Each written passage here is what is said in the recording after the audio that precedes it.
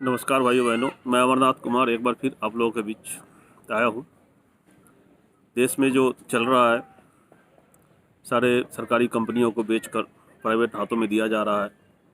तो एक प्रकार के इसको मैं लूट ही कहूँगा, क्योंकि लोग अभी भी गलतफहमी में हैं। लोग कह रहे हैं कि प्राइवेट कंपनी के हाथ में जाएगा तो ये बहुत बढ़िया चलेगा, लोग ठीक से काम करेंगे। लोग आजकल सरकारी कंपनियों में आलसी बने हुए हैं। उनको ये अभी समझ में नहीं आ रहा है कि प्राइवेट कंपनी और सरकारी कंपनी में अंतर क्या होता है। उनको यही पता नहीं है। प्राइवेट कंपनी मेरे समझ से वो प्राइवेट कंपनी होती है जिसमें खुद का पैसा लगा हो, और यही डिफिनीसन है। जिस प्राइवेट मतलब प्राइवेट निजी, जिसमें किसी और का पैसा लगा हुआ ना हो और खुद के पैसे से हो। बैंक का पैसा भी लगा हुआ है, अगर वो बंद हो जाता है, डूब जाता है, तो बैंक का नुकसान होता है और बैंक में पैसा हमारा होता है, टैक्स पेयर की मनी जाती है। तो प्राइवेट कंपनी का डिफिनीसन लोगों को समझ में नहीं आ रहा है। लोग क्यों इस देश को बर्बाद करने में लगे हुए हैं। जिनको पता नहीं है, बच्चों को, उनको मैं एक छोटा सा उदाहरण देना चाहता हूँ।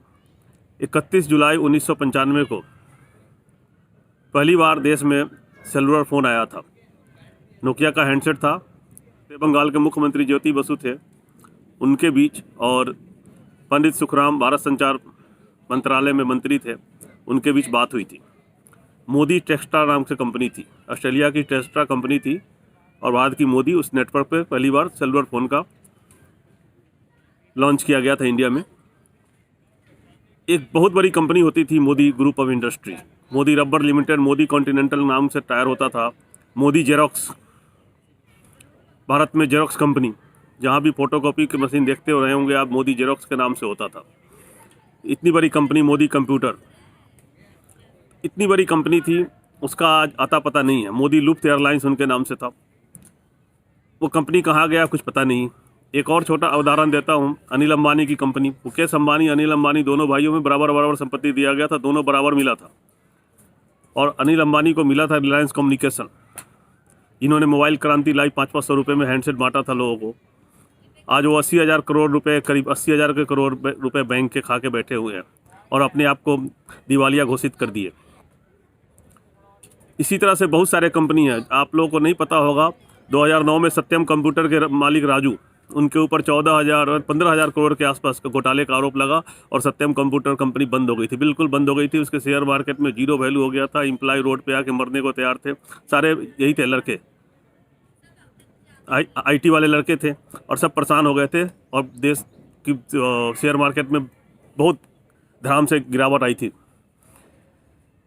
उसको बचाने के लिए फिर भारत सरकार आ गया और फिर महिंद्रा ने उस कंपनी को खरीदा, सत्यम को, महिंद्रा सत्यम के नाम से। तो मैं कहना ये चाहता हूँ कि भारत सरकार की जो कंपनी है, ये भारत सरकार की कंपनी है, इसमें पब्लिक का भी पैसा लगा हुआ, सिर्फ भारत सरकार की नहीं है। इसमें शेयर मार्केट का पैसा लगा हुआ है और पब्लिक ने पैसा लगाया हुआ इन कंपनियों में। बैंकों में भी, बैंक भी किसी ऐसे बैंक नहीं है, बैंक भी शेयर मार्केट का पैसा लगा हुआ है, लिस्टेड कंपनी है। ये कंपनी किसी प्राइवेट हाथ में जाएगा और ये ज़रूर बंद होगा।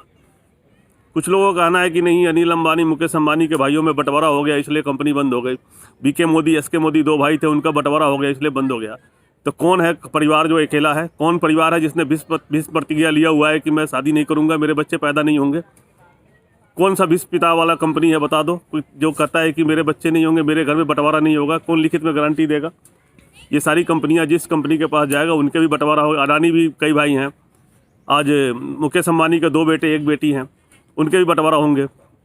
ऐसा नहीं कि सारे कंपनी चोर है, कुछ कंपनी अच्छी भी है, लेकिन उनको मिल नहीं रहा है ये कंपनी। तो भाई आपको डिसाइड ये करना है कि आपकी सारी संपत्ति अगर इन प्राइवेट हाथ है, जिसको प्राइवेट कहते हो, प्राइवेट नहीं है, ये पूरा लूट है। आपका पैसा जिस कंपनी को खड़ी करने में लोगों ने अपनी पसीने, सरकार कंपनी बनाती है लेकिन खरा ऐसे नहीं होता। उसमें काम करने वाले मजदूर, एम्प्लॉय, जो रात दिन मेहनत करके पसीने खून पसीना बहाकर कंपनी को आगे बढ़ा के इतने ऊपर तक लेके आते हैं। सरकार तो पैसा लगा दिया, कंपनी खोल दिया, एम्प्लॉय रख दिया, तो उनके मेहनत से बनाई हुई कंपनी को बेचा जा रहा है। और उसके बाद क्या होगा आप सोचो, लिख के रख लो कि ये ज़रूर बंद होगा, ये कंपनी बंद होगा। अब बंद होगा तो इसको कौन बचाएगा, कैसे बचाएगा? ये तो कंपनी बंद हो जाएगी और पैसे खा के भाग लेंगे, बोलेंगे दिवालिया हो गया मेरा, जो बिगाड़ना बिगाड़ लो। दिवालिया होने के बाद भी बिजनेस जेट में चल रहे हैं, क्योंकि कहते हैं मेरे नाम से कुछ नहीं है, जहाज़ मेरा नहीं है। तो ये होता है। आप सबको अभी भी टाइम है, संभल जाओ। सरकार तो सुनने को राज़ी नहीं है। आजकल देख रहे हो कि कानून व्यवस्था का क्या हाल है, लोकतांत्रिक तरीके से कोई काम नहीं हो रहा है, गाड़ी में ईवीएम मिल रही है, तो कोई भी काम ढंग से हो नहीं रहा। इसलिए अभी भी टाइम है, आप सब डिसाइड करो, अपने धर्मों में उलझ के, जाति में उलझ के देश को बर्बाद करने से बचा लो। सब लोग मिल के देश को बर्बाद कर रहे हो। चुनाव का मुद्दा कुछ है ही नहीं। आज इतने साल के बाद, 6 साल के बाद भी चुनाव में मुद्दा कुछ नहीं बचा। आज भी बंगाल में देखो क्या नारे लग रहे हैं, असम में क्या नारे लग रहे हैं। कोई आपने वोट डाला था, सब लोगों ने, जितने भी देश के युवा हैं उन्होंने वोट डाला था नौकरी के लिए, इतने 2 करोड़ रोजगार मिलेंगे, रोजगार नहीं मिला आपको। आपके वोट से जीतने के बाद आपको ही दबा दिया गया और आप सब लाचार बैठे हो। आपकी कंपनी बेच दी गई नौकरी देने के बाद। आप अभी चुपचाप बैठे रहो। मेरा काम है बताना, बता रहा हूँ। एक बात और बताना चाहता हूँ कि आप लोग वीडियो पूरा देख लेते हो और फिर सब्सक्राइब नहीं करते हो। हम आपके लिए लड़ाई लड़ने आए हैं, तो हमें भी आपका सपोर्ट चाहिए। अगर सैनिक को बॉर्डर पे भेजते हो तो उनको जो पीछे से सामान चाहिए होगी, गन दे देते हैं तो उसके साथ गोला बारूद भी दिया जाता है पीछे सप्लाई। तो आपने सप्लाई, हमारा सप्लाई यही होगा कि आप मुझे सपोर्ट करें, आप मेरे चैनल को सब्सक्राइब करें, ज़्यादा से ज़्यादा संख्या में आकर ट्विटर पे जुड़ें, यूट्यूब पे जुड़ें। उससे मेरा हौसला आगे बढ़ेगा और हम इस लड़ाई को और आगे बढ़ाएंगे। तो इसलिए आपसे अनुरोध है कि चैनल को सब्सक्राइब करना ना भूलें।